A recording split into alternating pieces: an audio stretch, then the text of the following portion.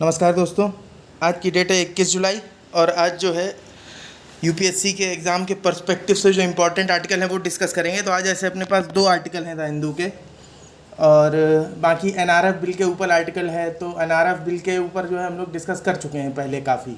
आज के आर्टिकल में केवल जो है कुछ इंपॉर्टेंट पॉइंट्स ऐसे मिल रहे हैं आपको कि जैसे 0.2% से लेकर के 0.8% ऑफ जीडीपी भारत जो है वो खर्च कर पाता है अपने रिसर्च एंड डेवलपमेंट के ऊपर, और टोटल 1% से 2% ऑफ जीडीपी के अंदर जो है साइंस एंड टेक्नोलॉजी डिपार्टमेंट के ऊपर खर्च कर पाता है। जबकि यूएसए वगैरह जो है वो काफ़ी ज़्यादा खर्च करते हैं अपनी जीडीपी का, और उनके यहाँ जो है प्राइवेट सेक्टर काफ़ी ज़्यादा फंडिंग करता है रिसर्च एंड डेवलपमेंट की एक्टिविटीज़ के लिए, क्योंकि जो है वहाँ की रिसर्च एंड डेवलपमेंट एक्टिविटीज़ जो है प्राइवेट सेक्टर को कहीं ना कहीं प्रोत्साहन देती हैं। तो भारत में भी अगर जो नेशनल रिसर्च फाउंडेशन बन रही है तो उसकी जो रिसर्च एंड डेवलपमेंट एक्टिविटीज़ हैं, अगर भारत के प्राइवेट सेक्टर्स को ऐसा प्रोत्साहन दे पाती हैं या उनके डेवलपमेंट में रोल निभा पाती है नेशनल रिसर्च फाउंडेशन, तो फिर जो है हो सकता है कि फर्दर जो टारगेट है गवर्नमेंट का 50,000 करोड़ का उसका फंडिंग करने का नेशनल रिसर्च फाउंडेशन को, जिसमें जो है 14,000 करोड़ गवर्नमेंट देगी और बाकी के 36,000 करोड़ जो है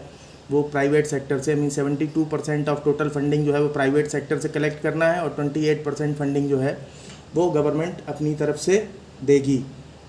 तो इसी को लेकर के आर्टिकल था बस, और ऐसा कोई ख़ास पॉइंट उसमें नहीं निकलता है। इसके अलावा जो अपना पहला आर्टिकल है आज का वो है डीलिमिटेशन का आर्टिकल। मीन्स परिसीमन आयोग से लेकर परिसीमन के बारे में है कि राज्यों में परिसीमन या फिर जो है केंद्र मतलब राष्ट्रीय स्तर पर परिसीमन आयोग किस तरीके से किया जाता है। तो इसको जो है हम लोग डिटेल में कवर करेंगे पूरा बेसिक के साथ में, और जम्मू कश्मीर के परिसीमन तक सारी चीज़ें कवर करेंगे, जिसमें हम लोग देखेंगे कि 1 वोट 1 वैल्यू का ये प्रिंसिपल जो है 1 पर्सन 1 वोट 1 वैल्यू, ये प्रिंसिपल क्या है, संवैधानिक प्रावधान क्या है परिसीमन आयोग को लेकर के। संविधान में जो है जो लोकसभा है, राज्यों की जो विधानसभाएं हैं उनके ऊपर जो है कैप लगी हुई है सीट को लेकर के कि सीट्स के एलोकेशन क्या रहेंगे, कितने रहेंगे। फिर उसके बाद में परिसीमन अभी तक कितनी बार हुआ है भारत में, फिर उसके बाद में परिसीमन को करने में क्या क्या समस्याएं आ रही हैं, उसको फ्रीज़ क्यों किया गया है, कौन कौन से अमेंडमेंट किए गए हैं, और अभी तक जो है परिसीमन आयोग ने क्या क्या परिवर्तन किए हैं, परिसीमन आयोग का गठन कैसे किया था। तो इन सारी चीज़ों पे हम लोग जो है पूरा डिटेल में डिस्कस करेंगे। और हालांकि अभी वर्तमान में जो है परिसीमन आयोग ने जो परिसीमन का काम किया है आसाम में और जम्मू कश्मीर में, तो इसमें जो है क्या परिवर्तन हुए हैं जम्मू कश्मीर और आसाम के अंदर, तो इन सारी चीज़ों पे कंप्लीट वे में हम लोग डिस्कशन करेंगे। और दूसरा आर्टिकल हमारा जो है India's data protection law needs refinement. आपको पता है अभी मानसून सत्र चल रहा है संसद का, तो सरकार जो है वो डीपीडीपी बिल मतलब digital personal data protection bill जो है उसको प्रस्तुत करने वाली है संसद में। तो उसको लेकर के आर्टिकल है कि उस ऑथर जो है ये कह रहे हैं कि ये डीपीडीपी बिल जो है इसमें कई सारी कमियां हैं, इसमें जो अथॉरिटी बनाई जाएगी उस अथॉरिटी को लेकर भी या फिर जो है इसकी वर्किंग को लेकर भी, क्योंकि डाटा को लेकर के कई सारे इश्यूज़ हैं। ऑथर का कहना है कि जो डाटा से रिलेटेड इश्यूज हैं और जो डाटा प्रोटेक्शन बोर्ड बनाया जाएगा इसके अंदर वो इतना कमज़ोर है कि ये एक्ट जो है ये अपने आप में अभी बहुत ज़्यादा डिमांड करता है सुधारों की। तो चलिए ठीक है, हम लोग अपने पहले आर्टिकल की तरफ चलते हैं। तो शुरुआत करते हैं।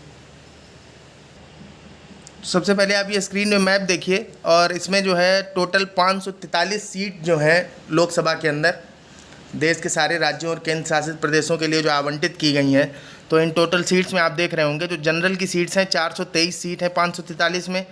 एससी रिजर्व सीट है, मींस शेड्यूल्ड कास्ट के लिए रिजर्व सीट हैं 79, और शेड्यूल्ड ट्राइब्स के लिए रिजर्व सीट हैं 41। ठीक है, तो ये याद रखिएगा। जनरल के लिए 423, एससी कैंडिडेट्स के लिए 79 सीटें रिजर्व हैं और एसटी कैंडिडेट्स के लिए 41 सीटें रिजर्व हैं। मैप में आप देख भी रहे होंगे कि ये जो हरा हरा हिस्सा ये एसटी के लिए रिजर्व है। तो आपको दिख रहा होगा दक्षिण भारत में जो है एसटी के लिए कहीं कोई सीट रिजर्व नहीं है। देखिए एनालिटिकली आप इसको एक बार देख लीजिए, है ना, क्योंकि स्टेटमेंट कभी आपको यूपीएससी के पेपर में ऐसे ही विचित्र विचित्र से मिल जाते हैं जिनको पर्टिकुलर किताबों वगैरह में पढ़ने को नहीं मिलता है आपको। तो इनको आप इसको जो है एक बार गौर से देखिए। तो एसटी के लिए रिजर्व सीटें आपको दक्षिण भारत में कहीं नहीं दिखाई देंगी, आप देख रहे होंगे। इवन आपको केवल जो है ये आंध्र प्रदेश तेलंगाना की तरफ या उड़ीसा की तरफ जो है दिख रही हैं कुछ, और झारखंड बिहार वहाँ दिख रही हैं, पूर्वोत्तर के राज्यों में दिख रही हैं। तो इस तरीके से, और कुछ जो है पश्चिम भारत में। ऐसे ही आप एकदम उत्तर भारत में चले जाएंगे तो उत्तर भारत में भी कोई रिजर्व्ड सीट्स नहीं है एससी और एसटी को लेकर के अभी। लेकिन अब ध्यान रखिएगा कि जम्मू कश्मीर में जो परिसीमन किया गया है उस परिसीमन के अंदर जो है अनुसूचित जातियों के लिए सीट्स रिजर्व की गई। अभी आगे हम लोग डिस्कस करेंगे। फिलहाल ये मैप जो है ये 543 सीटों का कुछ पुराना मैप है। तो जम्मू कश्मीर में अब कंडीशन पहले जैसी नहीं रही है, लेकिन जम्मू कश्मीर को छोड़ के बाकी के जो उत्तर के राज्य हैं आप देख सकते हो, इनमें कहीं भी शेड्यूल्ड ट्राइब्स के लिए सीट्स रिजर्व नहीं है। दक्षिण भारत में भी सीट्स रिजर्व नहीं है, ठीक है। उसके बाद आप देख रहे होंगे जो गंगा की घाटी वाले जितने राज्य हैं इनमें भी शेड्यूल्ड ट्राइब्स के लिए सीट रिजर्व नहीं है लोकसभा में, ठीक है ना। तो इस तरीके से आप इसको पॉज करके एक बार अपने लेवल पे और गहराई से थोड़ा देख लीजिएगा। चलते हैं हम लोग आगे।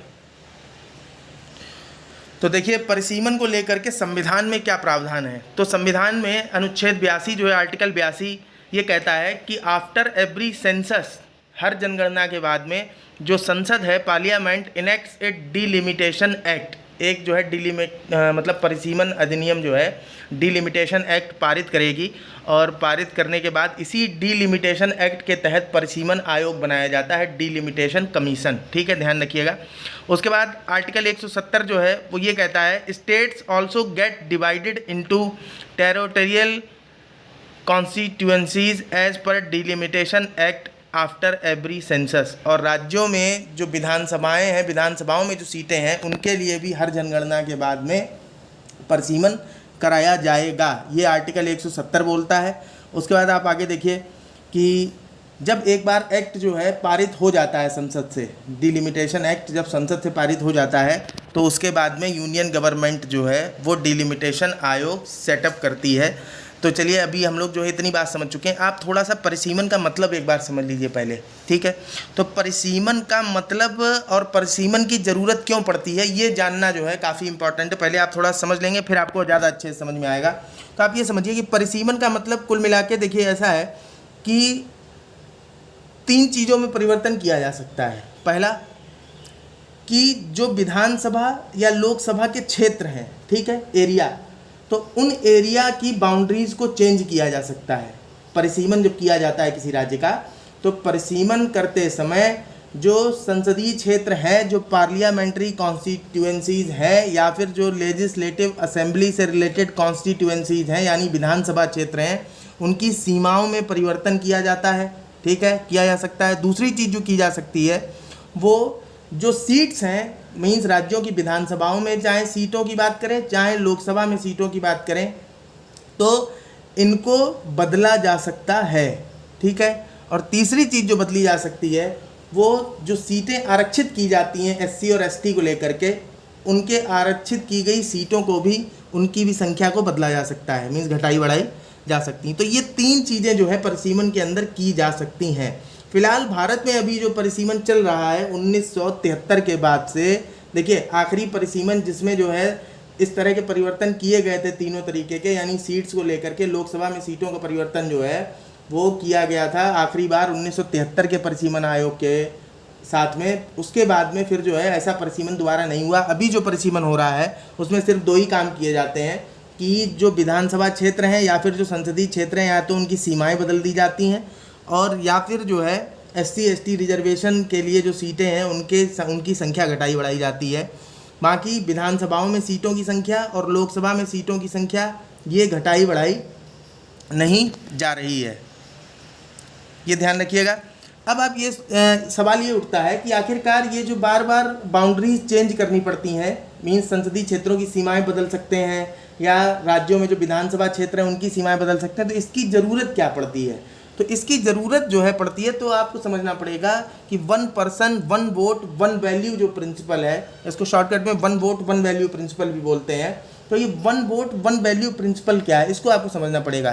तो ये प्रिंसिपल ये कहता है, आप इसको अब ध्यान से समझिएगा, आपको समझ में आ जाएगा कि हर व्यक्ति के वोट की कीमत जो है बराबर होनी चाहिए। मीन्स कहने का मतलब ये है कि ये तय होना चाहिए। जैसे आप सपोज करिए, ऐसे समझ लीजिए कि कोई 4 कॉन्स्टिट्यूएंसीज़ का उदाहरण ले लीजिए, मीन्स 4 संसदीय क्षेत्र या विधानसभा क्षेत्र मान लीजिए आपकी ABCD हैं, ठीक है। तो ABCD में मान लीजिए कि एक समय जब विभाजन किया गया तो देखिए माना गया कि 10,000 लोगों पे या 15 या मान लीजिए हाँ 10,000 मान लीजिए कि 10,000 लोगों पे एक प्रतिनिधि जो है वो संसद में भेजा जाएगा। तो ए में 10 मीन्स एक संसदीय क्षेत्र ए बनाया गया, दूसरा बी बनाया गया, तीसरा सी बनाया गया, चौथा डी बनाया गया। तो ऐसे चारों संसदीय क्षेत्र बनाए गए और सब में 10-10 हज़ार वोटर रखे गए कि 10,000 लोग वोट करेंगे तब एक आदमी जो है इनके रिप्रेजेंटेटिव के तौर पे संसद में पहुंचेगा। अब सब जगह जो पॉपुलेशन है, पॉपुलेशन की ग्रोथ तो एक सी रहेगी नहीं। तो पता चला कुछ समय बाद क्या हुआ कि बाकी सब जगह पॉपुलेशन जो है 10,000 ही रह गई मान लीजिए, नहीं समझने के लेवल में मान लेते हैं, ऐसा होगा नहीं प्रैक्टिकली। और एक राज्य में जो है पॉपुलेशन मान लीजिए 14,000 हो गई, ठीक है। तो जिस राज्य में वो मीन्स जिस संसदीय क्षेत्र में या विधानसभा क्षेत्र में पॉपुलेशन 14,000 हो गई, तो अब वहाँ 14,000 लोग वोट दे रहे हैं जबकि बाकी जगहों पे 10-10 हज़ार ही लोग वोट दे रहे हैं। तो वोट की वैल्यू अब बराबर नहीं रह गई। तो क्या करेंगे कि बाउंड्री को चेंज करेंगे, जिसका 14,000 है तो उस बाउंड्री को चेंज करके ऐसा करेंगे कि 14,000 वाले में से जो 4,000 एक्स्ट्रा पॉपुलेशन है उस 4,000 एक्स्ट्रा पॉपुलेशन को 3 जगह टुकड़ों में बांटेंगे और जो पॉसिबल होगा, ठीक है, देखिए एकदम एग्जैक्ट बराबर नहीं बांटा जाता है, लेकिन जो प्रैक्टिकली पॉसिबल है कि अधिकतम जो बराबरी की जा सके जनसंख्या को लेकर के, तो वो बराबरी करने की कोशिश की जाती है। तो जो 4,000 लोग एक्स्ट्रा हैं उन 4,000 एक्स्ट्रा लोगों को ऐसे क्षेत्र बांटे जाएंगे 3 ए में से कि लगभग जो है बराबर फिर से हो जाए प्रपोजिशन, और जो 3 क्षेत्र निकाले जाएंगे उससे वो दे दिया जाएगा एक बी को, एक सी को और डी को। और इस तरीके से मान लीजिए ऐसे हो जाए कि एक जगह मीन्स अब आप मान लीजिए कि ए में जो है जब आप 4,000 लोगों को निकाल के बांट दिया बराबर 3 जगह पे, तो अब मान लीजिए ए के पास भी 11,000 रह गए, बी के पास में 11,000 हो गए, सी के पास 11,000 हो गए और डी के पास में जो है मान लीजिए 12,000 हो गए, ठीक है। तो अब लगभग जो है एक कॉम्बिनेशन बराबर सा बन गया। तो 1 वोट 1 वैल्यू सिस्टम को मीन्स कुल मिला के ये है कि एक प्रतिनिधि जो संसद में पहुंचता है उस प्रतिनिधि को वोट करने वाले लोगों की संख्या या तो बराबर हो या लगभग बराबर हो। ये करने के लिए मीन्स इसे कहते हैं 1 वोट 1 वैल्यू। तो ये 1 वोट 1 वैल्यू के प्रिंसिपल को पूरा करने के लिए बार बार परिसीमन किया जाता है, क्योंकि जनसंख्या बदलती रहती है तो परिसीमन करते हैं। तो जो क्षेत्र होते हैं विधानसभाओं के, उन विधानसभाओं के क्षेत्र या संसदीय क्षेत्रों की सीमाओं में परिवर्तन करके इस तरीके से बैलेंस बनाने की कोशिश करते हैं कि हर प्रतिनिधि को बराबर लोग ही वोट कर पाएँ। अब इसमें आप इससे थोड़ा सा एक चीज़ और समझिएगा कि एक तरीका तो ये हो गया, दूसरा तरीका ये हो सकता है कि जो पूरी पॉपुलेशन है कंट्री की, उस पूरी पॉपुलेशन को हम एक बार इकट्ठा ऐसे मान लीजिए कि 1.5 अरब पॉपुलेशन है तो सब में 543 से भाग करें और उस हिसाब से पूरा बांट दें। लेकिन इसमें समस्या ये आती है कि किसी राज्य में मान लीजिए कि जो है उन्होंने अपनी फैमिली प्लानिंग को बेहतर किया तो उनके यहाँ जनसंख्या की ग्रोथ जो है कम रह गई, तो उनके पास जनसंख्या कम है। और कुछ राज्य ऐसे हैं जिन्होंने अपनी जनसंख्या पर नियंत्रण नहीं किया और उनके पास जनसंख्या ज़्यादा है। तो इसमें प्रॉब्लम ये आती है कि जिसके पास जनसंख्या ज़्यादा होगी तो उसे ऑटोमेटिकली ज़्यादा सीटें मिल जाएंगी। तो इसलिए परिसीमन में ये समस्या आती है कि जनसंख्या के आधार पे तुरंत तत्काल जो है विभाजन हर समय नहीं किया जा सकता। मीन्स हर बार तुरंत ही जनसंख्या के आधार पे आप सीटों का विभाजन नहीं कर सकते कि मान लीजिए अब कभी जो है सबके पास में एक समय ऐसा था कि 100 लोग रहते थे एक राज्य में। अब आज की डेट में किसी के पास 1,000 लोग रहते हैं और किसी के पास अभी जो है 200 ही लोग हो पाए हैं। तो अब अगर आप जो है उसी अनुपात में सीटों को बांटेंगे तो जिसके पास 1,000 है उसे तो 10 सीट मिल जाएगी और जिसके पास केवल 200 लोग हैं उन्हें केवल 2 सीट मिलेगी। जबकि अभी पोजीशन क्या थी, अभी सबके पास एक एक सीट है। तो एक को जनसंख्या की वजह से अचानक से 10 सीट मिल जाएगी और एक को 2 सीट मिलेगी, तो उसका प्रतिनिधित्व जो है लोकसभा में मीन संसद में घट जाएगा। तो इस बात से राज्यों को समस्या आती है। तो इसलिए जो है जनसंख्या के आधार पे परिसीमन को अभी नहीं किया जा पा रहा है और यही कारण था कि 1971 की जनगणना के आधार पर आखिरी बार जो है वो 1973 में जो एक परिसीमन आयोग बना करके उन परिसीमन किया गया और उस परिसीमन में आखिरी बार जो है जनसंख्या के आधार पर वितरण कर दिया गया और उसी समय संविधान संशोधन करके जो लोकसभा की सीटों की संख्या थी उन लोकसभा की सीटों की संख्या को बढ़ाया गया था। उसके बाद से फिर आज तक दोबारा जो है लोकसभा की सीटों की संख्या को नहीं बढ़ाया गया है। ये बात याद रखिएगा कि लोकसभा की सीटों की संख्या को बढ़ाने के लिए भी संविधान संशोधन पारित करना पड़ता है। अभी हम लोग आगे डिस्कशन करेंगे तो सारी चीज़ें अभी हम लोगों को पता चलेंगी। तो देखिए, परिसीमन में जो जनसंख्या के आधार पर परिसीमन बार बार नहीं कर पा रहे हैं, तो इसकी आप मेन समस्या इसकी समझ गए होंगे। दूसरा एक चीज़ आप और समझ लीजिए कि क्या सोच के जो है रोका गया। तो 1973 की जो आखिरी परिसीमन था, उस 1973 के परिसीमन के बाद में इस बात पर रोक लगा दी गई, 42वां संविधान संशोधन 1976 पारित करके इस बात पर रोक लगा दी गई कि अब किसी अगली जनगणना के आधार पर परिसीमन नहीं किया जाएगा। इसका मतलब ये कि लोकसभा की जो सीटें हैं ना तो अभी वो बढ़ाई जाएंगी और ना ही जो है सीटों का निर्धारण जनसंख्या के आधार पर किया जाएगा, क्योंकि कुछ राज्यों ने जो है परिवार नियोजन को अपना रखा था और कुछ राज्य जो है उन्होंने अपनी जनसंख्या वृद्धि की दर पर नियंत्रण नहीं किया था, तो सीटों के बंटवारे में दिक्कत हो जाती। इसलिए 42वें संविधान संशोधन 1976 के द्वारा इस पर रोक लगा दी गई 2001 तक के लिए, कि 2001 में जो जनगणना होगी उस 2001 की जनगणना के आधार पर आगे जो है संसद जब चाहेगी तब परिसीमन आयोग का गठन करके परिसीमन का काम कराएगी। लेकिन संसद ने फिर से दोबारा एक बार 2001 आते आते 84वां संविधान संशोधन पारित करके उसे 2026 तक के लिए बढ़ा दिया कि 2026 के बाद जो पहली जनगणना होगी उस जनगणना के आधार पर परिसीमन किया जाएगा, जिसमें जनसंख्या को आधार बनाया जाएगा। अच्छा, एक बात ये याद रखिएगा कि जनसंख्या को आधार बनाकर परिसीमन करना एक आदर्श स्थिति का उदाहरण जरूर है, लेकिन भारत जैसे विविधता वाले देश में कई सारे चैलेंजेस भी इसको लेकर के उभरते हैं। जैसे पूर्वोत्तर के राज्य हैं, छोटे छोटे राज्य, उनकी जनसंख्या ही अधिक नहीं है। तो जब उनकी जनसंख्या ही अधिक नहीं है तो फिर जो है वो किस तरह से प्रतिनिधित्व पाएंगे। तो आप देखेंगे कि ऐसे ही जो छोटे राज्य त्रिपुरा है, मणिपुर है, लक्षद्वीप है, तो लक्षद्वीप को केवल 68,000 सीटों पर ही लोकसभा में 68,000 जनसंख्या पर ही जो है एक सीट मिली हुई है लोकसभा में। ऐसे ही त्रिपुरा को 2 सीट मिली हुई है, मणिपुर को 2 सीट मिली हुई है। अगर आप बाकी जनसंख्या के परिप्रेक्ष्य में जनसंख्या के अनुपात में देखेंगे तो इनकी जनसंख्या बहुत कम पड़ेगी, लेकिन फिर भी इनको जो है 1 से 2 सीटें 2-2 सीटें दी गई हैं त्रिपुरा और मणिपुर को। तो कहने का मतलब यहाँ ये है कि संसद जो है विशेष प्रावधान भी कर सकती है, तो इतना आपको ध्यान रखना है।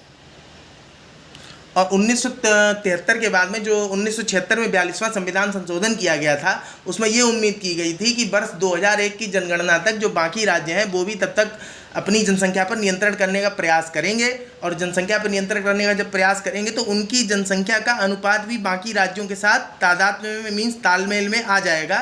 तो उस समय जो है जनसंख्या के आधार पर परिसीमन कराना संभव हो जाएगा। लेकिन अभी भी जनसंख्या की वृद्धि की जो दशकीय दर है, तो जो आर्टिकल है उस आर्टिकल में लेखक ये बात बोलते हैं कि मध्य प्रदेश, राजस्थान, उत्तर प्रदेश, बिहार, इन राज्यों में अभी भी जो 10 की वृद्धि दर है, मीन्स देखिए 10-10 साल के अंतर पे जनगणना होती है, तो 10 की वृद्धि दर देखी जाती है। जनसंख्या वृद्धि की 10 की वृद्धि दर क्या है, मीन्स 10 साल में जो है क्या रेट रहा पॉपुलेशन ग्रोथ का।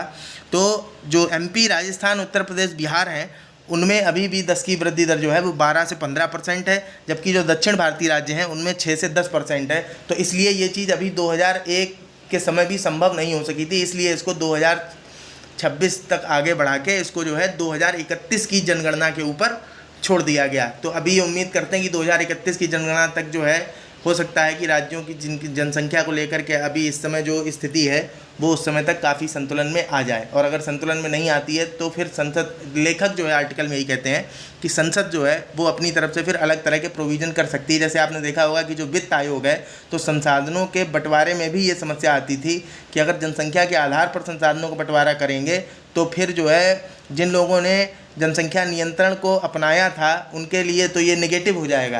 तो इसलिए वित्त आयोग ने कुछ ऐसे पैरामीटर्स, ऐसे मापदंड निर्धारित किए कि जिसके आधार पे जिन लोगों ने परिवार नियोजन, जनसंख्या नियंत्रण जैसी चीज़ों को अपनाया जिन राज्यों ने, तो उनके साथ में धन के आवंटन में किसी तरीके का कोई पक्षपात ना होने पाए। इसके बाद अब चलिए हम लोग आगे चलते हैं। तो एक बार डिलिमिटेशन एक्ट जब पारित हो जाता है तो उसके बाद जो है डिलिमिटेशन कमीशन का यानी परिसीमन आयोग का गठन किया जाता है, और इसका गठन जो है वो यूनियन गवर्नमेंट करती, मतलब राष्ट्रपति के द्वारा इसका गठन किया जाता है। और ये जो है आर्टिकल 82 के अंतर्गत होता है। और आर्टिकल 82 के अंतर्गत डिलिमिटेशन कमीशन जो है वो एक इंडिपेंडेंट बॉडी है जिसको हर जनगणना के बाद गठित करना होता है। उसके बाद आप देखिए कि सीटों के बारे में जो है कि जो राज्य विधानसभाएं हैं, राज्य विधानसभाओं में संविधान ने ये प्रावधान किया है कि किसी भी राज्य विधानसभा में 60 से कम या फिर 500 से ज़्यादा सदस्य नहीं होंगे। मीन्स 60 से कम सीटें या 500 से ज़्यादा सीटें नहीं होंगी। जबकि हालांकि संसद जो है इससे कुछ राज्यों को मीन्स एक्सेप्शन भी दे सकती है। और ऐसे आप देखो कुछ राज्य हैं भी भारत में, जैसे गोवा है, सिक्किम है, मिजोरम है, पुडुचेरी है, तो यहाँ पर जो है 60 से कम आपको विधानसभा में सीटें मिल जाएंगी। उसके बाद अगर जो है राज्य विधान परिषदों की बात करें, हालांकि विधान परिषद को लेकर के यहाँ ऐसा जो है परिसीमन आयोग को लेकर कोई विशेष मेंशन नहीं होता है, तो राज्य परिषदों की भी आप एक बार बात कर लीजिए। जो विधान परिषदें हैं, तो विधान परिषदों में क्या है कि सदस्यों की संख्या जो है वो 40 से कम नहीं हो सकती है, और जो विधानसभा में सदस्यों की संख्या होती है उसके 1/3 से कम ज़्यादा ही होनी चाहिए। More than 1/3 of the membership of the state legislative assembly. और साथ में ये जो है एक्स्ट्रा एक तरीके से प्रतिबंध कह सकते हैं इसको आप, कि it's size can not be less than 40 member. 40 से कम इसका साइज़ नहीं हो सकता है। अगर लोकसभा की बात करें आप, तो लोकसभा में अधिकतम 550 मेंबर का प्रावधान है, जिसमें से 530 जो है वो स्टेट्स को रिप्रेजेंटेटिव मींस जो राज्य हैं उनके प्रतिनिधि होते हैं, और 20 जो हैं वो केंद्र शासित प्रदेशों के प्रतिनिधि होते हैं। वर्तमान समय में अभी लोकसभा में कुल 543 सीटें हैं। पहले 545 थीं। 2 एंग्लो इंडियन सीटें जो थीं जिन्हें मनोनीत किया जाता था वो समाप्त कर दी गई हैं, तो अब 543 सीटें ही बची हुई हैं। अब उसके बाद आप आगे देखिए कि राज्यसभा की अगर बात करें, तो राज्यसभा में अधिकतम 250 सदस्य हो सकते हैं, और जिनमें से 238 सदस्य जो हैं वो राज्यों के प्रतिनिधि के तौर पर होते हैं। और मतलब ये 238 में राज्य और केंद्र शासित दोनों के प्रतिनिधि होते हैं, और 12 लोग जो हैं उनको नॉमिनेट किया जाता है राष्ट्रपति के द्वारा। और राज्यसभा जो है आप जानते ही हैं एक परमानेंट बॉडी, इसे डिसॉल्यूट नहीं कर सकते हैं। देखिए आर्टिकल 82 एक इंपॉर्टेंट आर्टिकल है इस मामले में, तो इसको एक बार आप थोड़ा सा देख लीजिए। तो आर्टिकल 82 जो है संविधान के भाग 5 में है, ठीक है, और ये कहता है रीएडजस्टमेंट आफ्टर ईच सेंसस, कि हर जनगणना के बाद में रीएडजस्टमेंट किया जाएगा, ठीक है। तो रीएडजस्टमेंट किस किस चीज़ का किया जा सकता है? एक तो जो सीमाएँ हैं विधानसभा क्षेत्रों और संसदीय क्षेत्रों की, दूसरा रीएडजस्टमेंट किया जा सकता है जो सीट्स की गिनती है उनका, और तीसरा जो रीएडजस्टमेंट किया जा सकता है वो किया जा सकता है जो SC ST को लेकर के रिजर्व्ड सीट हैं, आरक्षित सीटें हैं, उनकी संख्या को घटाया या बढ़ाया जा सकता है। आर्टिकल 82 की आप बात करेंगे तो upon the completion of each census the allocation of seats in the house of the people मतलब लोकसभा, ठीक है ना। तो लोकसभा में जो सीटों का आवंटन है हर जनगणना के बाद में to the states and the division of each state into territorial constituency shall be readjusted by such authority and in such manner as parliament may by law determine. कुल मिलाकर के कहना ये चाहता है ये आर्टिकल कि परिसीमन आयोग जो है वो हर जनगणना के बाद में रीएडजस्टमेंट करेगा, चाहे राज्यों की विधानसभा को लेकर के हो, चाहे लोकसभा क्षेत्रों को लेकर के हो। रीएडजस्टमेंट करेगा परिसीमन आयोग, और कैसे करेगा? जैसा संसद कानून के द्वारा उसे निर्देशित करेगी। फिर उसके बाद आगे ये आर्टिकल कहता है provided that such readjustment shall not affect representation in the house of the people until the dissolution of the then existing house. Means जिस समय परिसीमन आयोग गठन किया गया है तो उस समय जो संसद है यानी लोकसभा जो है उसके विघटन के बाद में ही परिसीमन आयोग की जो अनुशंसाएं होंगी उन अनुशंसाओं के आधार पर इलेक्शन कराया जा सकता है। मीन्स जो अनुशंसाएं होंगी परिसीमन आयोग की वो तत्काल लोकसभा के ऊपर लागू नहीं होंगी, ठीक है। फिर आगे बोलता है ये act provided further that such readjustment shall take effect from such date as the president may by order specify and until such readjustment takes effect.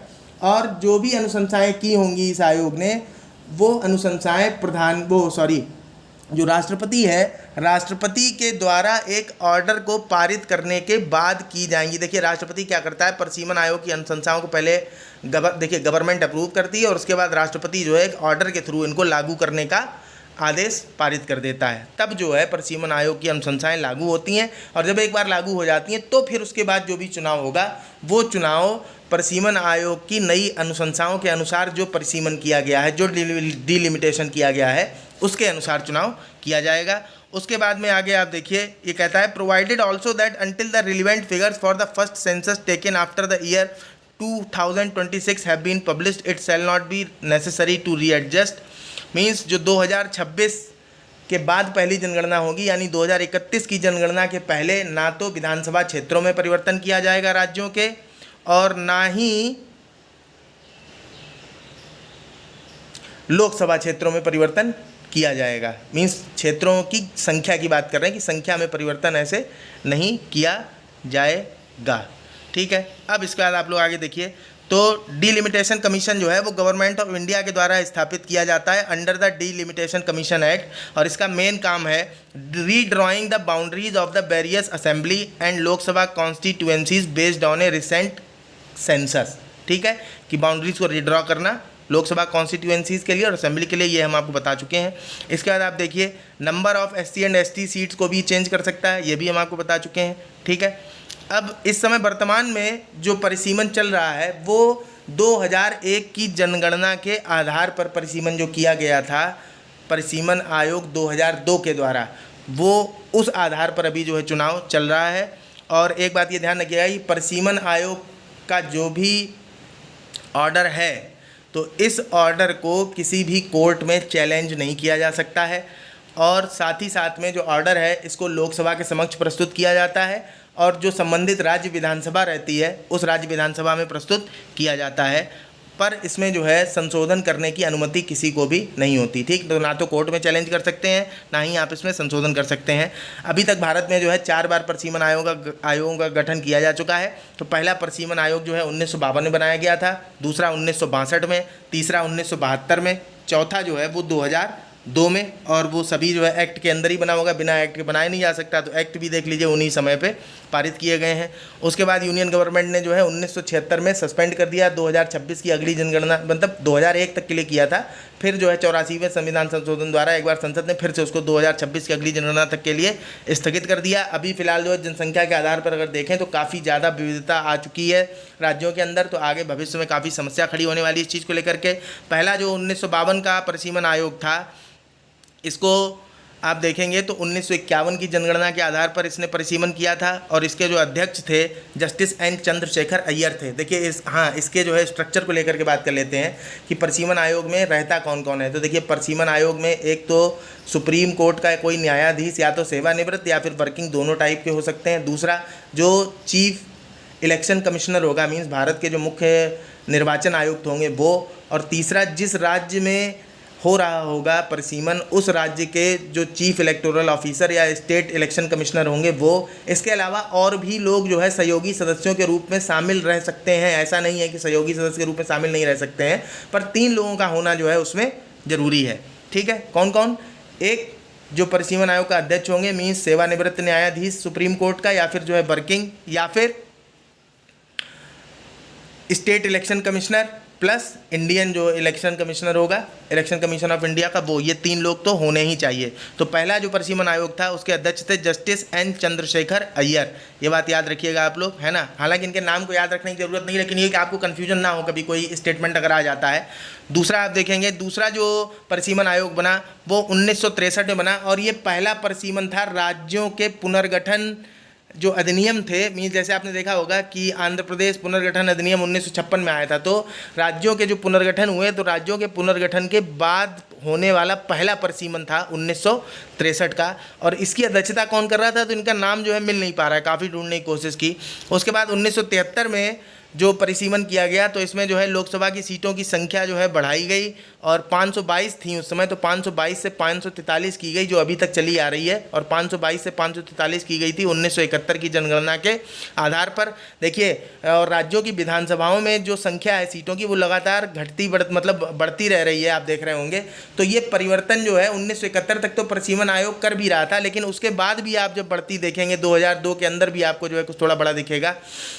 तो आप देखते हैं कि ये जो राज्यों के विभाजन हो जाते हैं ना, तो राज्यों के विभाजन के दौरान भी जो है सीटें आवंटित की जाती हैं, तो फिर उनका परिसीमन अलग किया जाता है। जैसे आप देखेंगे उत्तराखंड उत्तर प्रदेश से अलग हुआ, तो उत्तराखंड जब अलग हुआ तो वास्तव में उत्तर प्रदेश से अलग होते समय उसके हिस्से में कुल 22 सीटें थीं, लेकिन वर्तमान समय में उत्तराखंड की विधानसभा में 70 सीटें हैं। ठीक है, ऐसे ही देखेंगे आप तेलंगाना विभाजित हुआ है, झारखंड है, छत्तीसगढ़ है, तो ये राज्य जो विभाजन से बने हैं इनको जो है अलग से परिसीमन करके मीन्स इनको विधानसभा सीटें इनकी अलग से तय की जाती हैं, तो उतनी ही सीटें नहीं रहती इनके बाद। जैसे जम्मू कश्मीर को देखेंगे तो अभी वहाँ भी विधानसभा की सीटों में, विधानसभा के क्षेत्रों में परिवर्तन हुआ है। ठीक है, तो कुल मिला के 1973 का जो परिसीमन आयोग था उस दौरान लोकसभा की सीटों की संख्या 522 से 543 की गई और इसकी अध्यक्षता कर रहे थे JL कपूर। ये ध्यान रखिएगा, JL कपूर जो है ये भी रिटायर्ड जस्टिस थे सुप्रीम कोर्ट के। और साथ ही साथ में जो है 543 के बाद आप देखेंगे कि राज्य विधानसभा सीटें जो है अलग से, उस समय सिक्किम भी जो है 1975 में जो है पूर्ण राज्य के तौर पर दर्जा प्राप्त हुआ, तो 32 सीटें जो है लेजिस्लेटिव असेंबली में सिक्किम को दी गई। बाद में आप देखोगे कि 522 से 542 सीटों का रिकमेंडेशन किया था 1973 के परिसीमन आयोग ने, लेकिन सिक्किम के लिए बाद में एक अलग से जो है ऐड की गई लोकसभा की सीट, तो 543 हो गई। उसके बाद जो 2002 का परिसीमन आयोग था इसमें लोकसभा की सीटों में कोई, फिर देखिए 1973 के बाद फिर कोई भी परिवर्तन लोकसभा की सीटों में या राज्यसभा की सीटों में, या विधानसभा क्षेत्रों की सीटों में, राज्यसभा में तो अभी हुआ ही नहीं है कुछ भी ऐसा, तो कोई भी परिवर्तन इस तरह का नहीं है। और जो 2002 का परिसीमन आयोग था इसकी अध्यक्षता कर रहे थे जस्टिस कुलदीप सिंह। तो 3 लोगों के नाम आप याद रख सकते हैं ना, सबसे पहले एन चंद्रशेखर अय्यर थे और सबसे लास्ट में जो है जस्टिस कुलदीप सिंह, और बीच में 1973 में जो है JL कपूर थे। ठीक है, तो इसने जो है जो 2002 का परिसीमन आयोग था इसने 2007 में, अब इसकी कहानी आप पूरा ढंग से सुन लीजिएगा, ध्यान रखिएगा, इसने जो है 2007 में अपनी रिपोर्ट दी और सरकार ने जो है इसकी रिपोर्ट को मीन्स इसकी अनुशंसाओं को लागू नहीं किया। सुप्रीम कोर्ट में किसी ने पिटीशन फाइल की तो सुप्रीम कोर्ट ने पूछा भाई आप क्यों नहीं लागू कर रहे हैं, तो सरकार ने जो है 2008 में जो cabinet committee on political affairs होती है, देखिए कैबिनेट कमेटीज़ होती हैं कुछ, तो वो कैबिनेट कमेटीज़ इंपॉर्टेंट हैं, इनको आप एक बार खुद से देख भी लीजिएगा सर्च करके। तो cabinet committee on political affairs ने ये निर्णय लिया कि ठीक है चलो हम जो है अनुशंसाओं को अब क्या करते हैं, लागू करते हैं, इम्प्लीमेंट करते हैं। और इसीलिए जो है जो तत्कालीन राष्ट्रपति थी प्रतिभा पाटिल, उन्होंने जो है उस पर अप्रूवल दिया और अप्रूवल करने के बाद में जो आगे बढ़ी। लेकिन इसमें जो है जो उस समय अनुशंसाएं थीं तो उन अनुशंसाओं के अंदर पहले जो इलेक्शन होते हैं वो 2008 में हुए, कर्नाटक की असेंबली थी, मींस 2002 के परिसीमन के आधार पर पहले इलेक्शन जो है कर्नाटक में विधानसभा चुनाव हुए थे, ये ध्यान रखिएगा आप। उसके बाद में 31 मई 2008 को जो डिलिमिटेशन कमीशन था ये पूरी तरीके से समाप्त हो जाता है। देखिए इसके कार्यकाल को लेकर के कहीं भी ऐसा कुछ भी फिक्स नहीं है, आप देख रहे होंगे कि 2002 के एक्ट के अंदर बना और 31 मई 2008 को ख़त्म हुआ, तो कार्यकाल इसका ऐसा फिक्स नहीं है। लेकिन जब इसकी अनुशंसाओं को मीन्स अप्रूवल दे दिया जाता है और प्रेसिडेंशियल ऑर्डर पास हो जाता है तो फिर एक तरीके से ये ऑटोमेटिकली जो है इनएक्टिव हो जाता है। ठीक है, तो उसके बाद में अनुशंसाओं को लागू किया गया। अब आप देखिए कि सारे राज्यों और केंद्र शासित प्रदेशों के ऊपर 2002 के परिसीमन आयोग की अनुशंसाओं को एक साथ लागू नहीं किया गया। इसका मतलब ये है कि राष्ट्रपति अपने ऑर्डर से अपनी इच्छा के माध्यम से टुकड़ों में भी जो है मीन्स लागू कर सकती है राज्यों केंद्र शासित प्रदेशों के ऊपर, मतलब मजबूर नहीं है कि एक बार में सारी अनुशंसाएं लागू कर दी जाएं। तो वैसे आप देखेंगे कि ऐसे ही जो है 19 फरवरी 2008 को जो है मोस्ट स्टेट्स और यूनियन टेरिटरीज़ के लिए इन्हें लागू कर दिया गया। फिर मार्च में जो है त्रिपुरा और मेघालय के लिए अलग से प्रेसिडेंशियल ऑर्डर जारी किया गया। और जो झारखंड था, झारखंड को इस 2002 के परिसीमन से बाहर रखा गया, इसको 2026 तक के लिए नलीफाई कर दिया गया। बाकी जो नॉर्थ ईस्टर्न स्टेट हैं तो उन नॉर्थ ईस्टर्न स्टेट्स के लिए 2002 के परिसीमन आयोग के अंतर्गत की अनुशंसाओं के अंतर्गत जो असम है, अरुणाचल प्रदेश है, नागालैंड है और मणिपुर है, तो असम, अरुणाचल प्रदेश, नागालैंड और मणिपुर के लिए जो है प्रेसिडेंशियल ऑर्डर जारी किए गए परिसीमन के लिए। लेकिन इनको उस समय के लिए मतलब रोक दिया गया, उस समय इनके लिए भी परिसीमन आयोग के अनुसार जो है प्रेसिडेंशियल ऑर्डर जारी नहीं किया गया। मीन्स झारखंड को छोड़ा गया और 4 राज्य जो ये छोड़े गए, असम, अरुणाचल प्रदेश, नागालैंड और Manipur, because of security risk. ठीक है, सुरक्षा कारणों की वजह से ऐसा किया गया। उसके बाद में कहते हैं कि जो 2020 में आप देखिए 2008 के बाद 2020 में आकर के जो है दोबारा से असम के लिए जो ऑर्डर प्रेसिडेंशियल उस समय निकाला गया था कि इन पर लागू नहीं होगा 4 राज्यों पर, तो इन चारों राज्यों के लिए वो ऑर्डर को रद्द करके एक बार फिर से जो है परिसीमन आयोग का गठन किया जाता है। लेकिन और उसी साथ में जो है जम्मू कश्मीर भी उस समय तक 2019 में आर्टिकल 370 और 35A को ख़त्म किया जा चुका था, तो जम्मू कश्मीर को भी शामिल कर दिया गया परिसीमन आयोग की कार्यप्रणाली के अंदर। तो कुल मिला के जो परिसीमन आयोग का गठन किया गया 2020 में, वो 5 राज्यों के लिए परिसीमन करने वाला था, लेकिन वो 4 ही राज्यों के लिए। लेकिन फिर हुआ क्या कि जो बाकी के 4 राज्य हैं उनमें फिर से जो समस्या समझ में आने लगी, तो फिर 4 राज्यों को छोड़ दिया गया। कुल मिलाकर के जम्मू कश्मीर के लिए जो है परिसीमन आयोग ने अपना काम किया। बाद में फिर जो है आसाम को दोबारा से फिर एक बार जो है परिसीमन आयोग उसके लिए गठित करके, और परिसीमन आयोग ने जो है आसाम में परिसीमन का काम किया। तो अब फिलहाल जो है ड्राफ्ट पारित मतलब ड्राफ्ट जो है वो बना चुका है परिसीमन आयोग। अभी जो है ड्राफ्ट अभी जून में पब्लिश किया गया था असम के लिए। तो कुल मिला के आप ये देखिए कि ये जो 2020 में गठित किया गया था परिसीमन आयोग, इसकी अध्यक्षता कर रही हैं रंजना प्रकाश देसाई। ठीक है, ध्यान रखिएगा। तो रंजना प्रकाश देसाई जो है इसकी अध्यक्षता कर रही हैं। और इसी के साथ में असम के लिए अभी जो ड्राफ्ट पारित किया गया, तो उसमें आप देखिए कि जो विधानसभा में वहाँ 126 सीटें हैं और 14 सीटें जो हैं वो लोकसभा के लिए हैं, तो इनमें किसी प्रकार का कोई परिवर्तन नहीं किया गया है। लेकिन एससी और एसटी के लिए जो रिजर्व सीट हैं उनमें परिवर्तन कर दिया गया है। तो एससी के लिए जो रिजर्व सीट हैं वो पहले 8 थीं, अब 9 कर दी गई हैं, और एसटी के लिए जो रिजर्व सीट हैं वो पहले 16 थीं, अब 19 कर दी गई हैं। उसके बाद आप आगे देखेंगे तो सीटों के बंटवारे के बारे में हम लोग जो है काफ़ी बात कर चुके हैं कि किस तरीके से जो है किया गया, तो यह इन चीज़ों के बारे में बात कर चुके हैं। फिलहाल अभी जो है हम लोग को ये ध्यान रखना है कि जैसे केरल है, तमिलनाडु है, पंजाब है, इन्होंने जनसंख्या नियंत्रण के प्रोग्राम अपना रखे हैं, लेकिन ये उत्तर प्रदेश, बिहार, राजस्थान, मध्य प्रदेश, इन्होंने जनसंख्या वृद्धि दर को अपने नियंत्रित नहीं किया। तो जनसंख्या के आधार पर बंटवारे में जो है ये एक प्रॉब्लम का कारण है। अभी तक सारे अमेंडमेंट्स की बात करें आप परिसीमन आयोग को लेकर के, तो आप देखेंगे कि 42वां संविधान संशोधन 1976 ये भी परिसीमन से रिलेटेड था। 84वां संविधान संशोधन 2001 ये भी परिसीमन से रिलेटेड था। 87वां संविधान संशोधन 2003 ये भी परिसीमन से रिलेटेड था। और उसके बाद ये जो तीनों अमेंडमेंट हैं, इनसे जो संशोधन हुआ है वो संविधान के अनुच्छेद 81, 82, 170, 330 और 332 इनमें जो है संशोधन हुआ है। उसके बाद आप ये देख लीजिए कि आर्टिकल 81 जो है वो composition of the house of the people, means जो लोकसभा है उसके कंपोजिशन से रिलेटेड है। आर्टिकल 82 जो है वो रीएडजस्टमेंट आफ्टर ईच सेंसस से रिलेटेड है। आर्टिकल 170 इनको आप एक बार पॉज करके देख लीजिएगा क्योंकि वीडियो की लंबाई बढ़ती जा रही है। तो आर्टिकल 170 जो है composition of the legislative assemblies. Article 330 और 332 जो है वो एससी और एसटी को लेकर के विधानसभाओं और लोकसभा में आरक्षण से रिलेटेड है।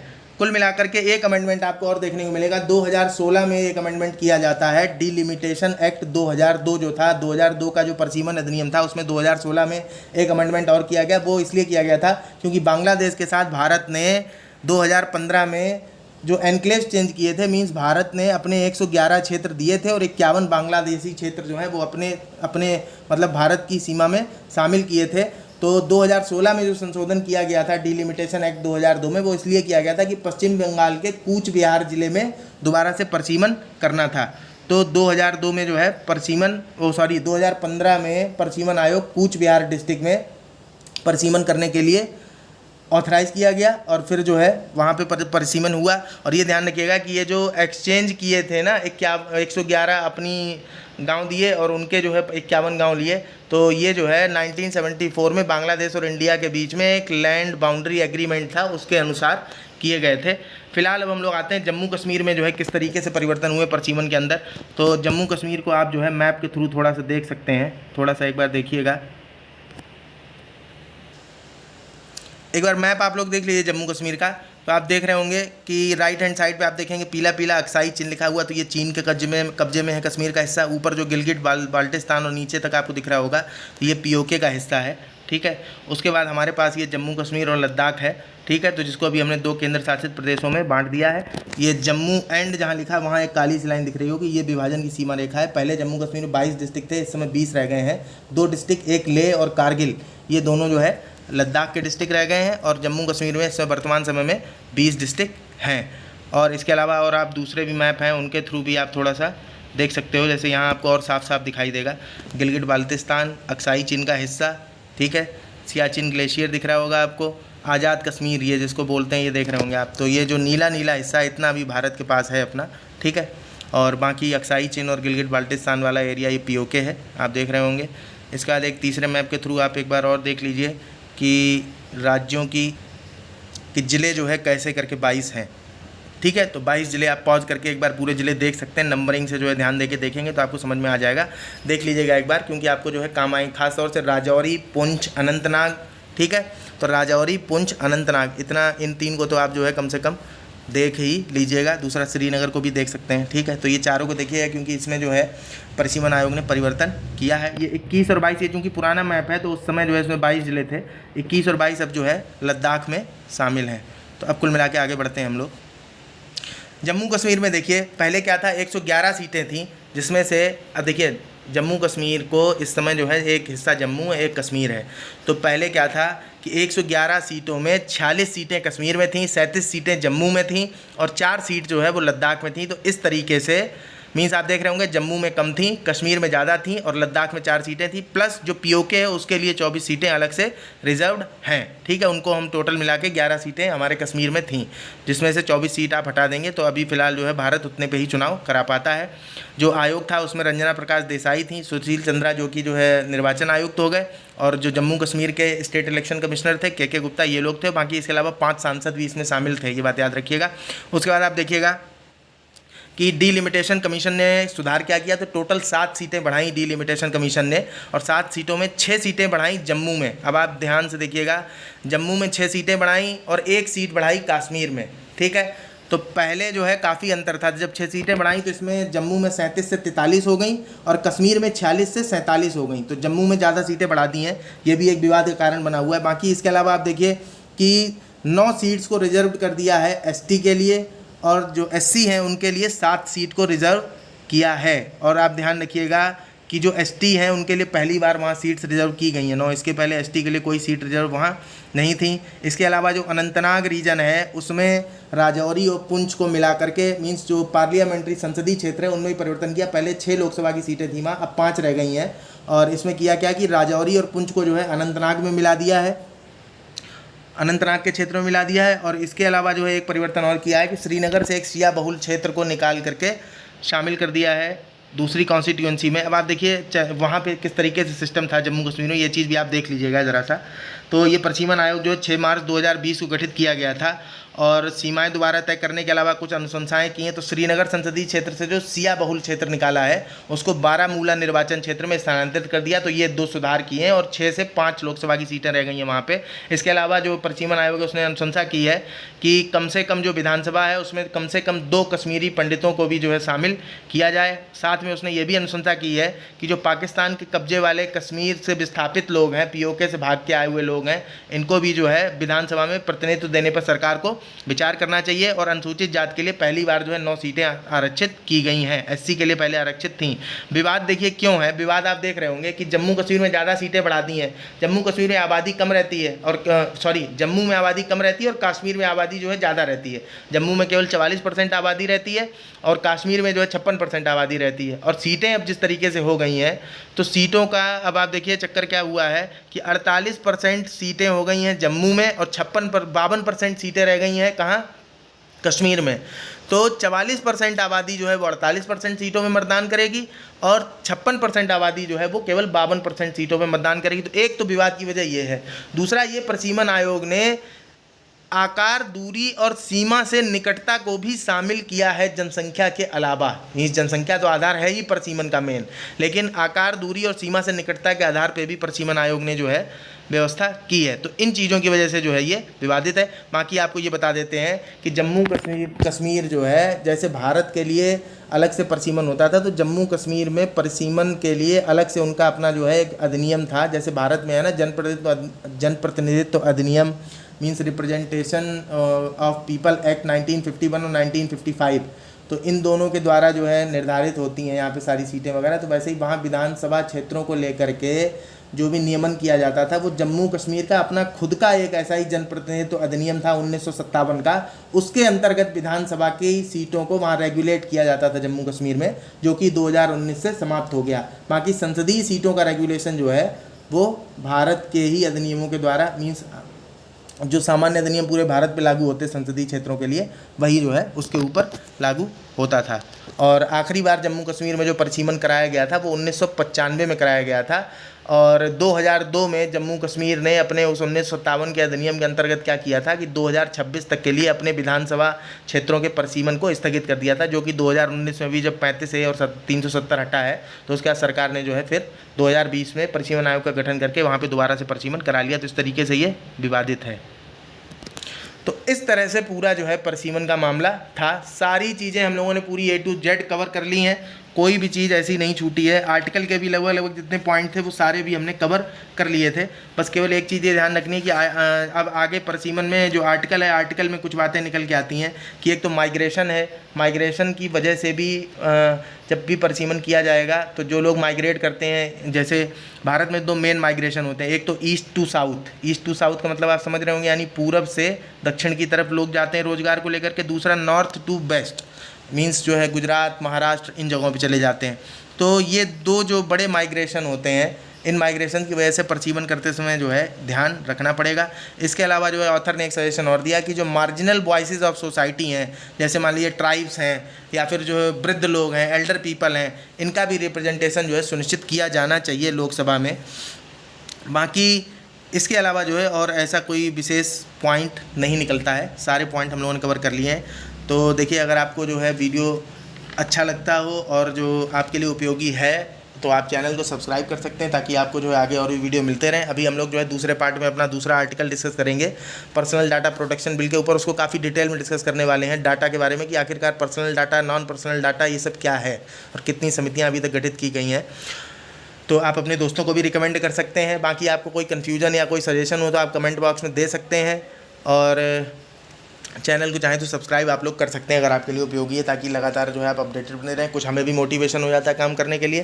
चलिए ठीक है, नमस्कार, धन्यवाद।